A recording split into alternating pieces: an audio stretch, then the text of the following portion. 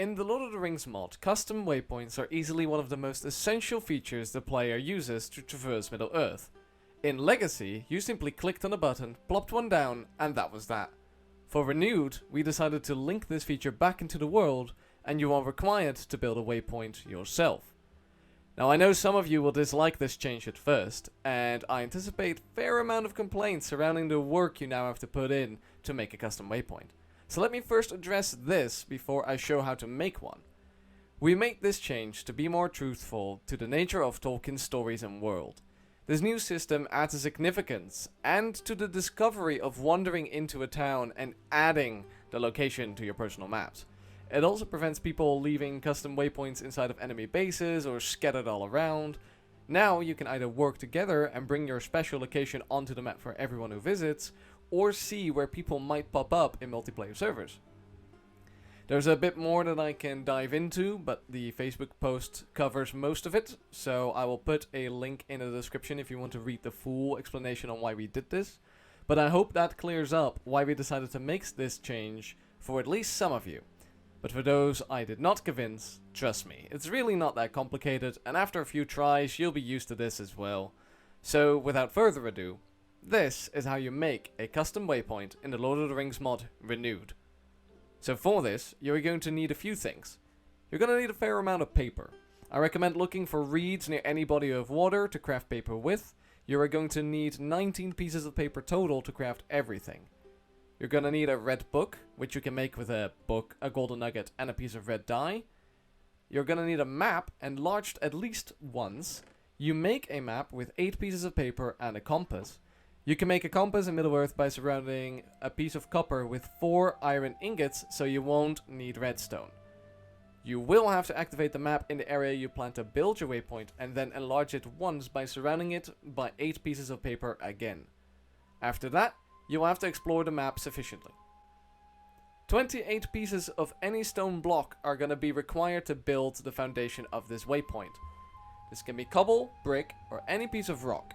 Just make sure it's in a 5x5 plane without any obstruction. Save the remaining 3 pieces of stone. You're gonna need a block of any valuable material. This can be any metal, Edhelvia or Durna, but no items such as coal, sulfur or salt. You're gonna need a light source. This can be a torch, glowstone, a block of Edhelvia or Durna, as long as it shines some level of light that isn't redstone. You're gonna need an item frame.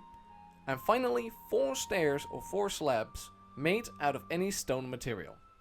If you have all these materials, then the process is very simple. Most of these materials, however, are rather easy to find in the wild, besides maybe the red book and a valuable block. So be sure to tag those along if you plan on leaving a waypoint somewhere. Be careful though, once you create a waypoint, it will be protected from any damage or block placement as if protected by its own banner. If you wish to decorate it at a later date, you have to destroy it and rebuild it.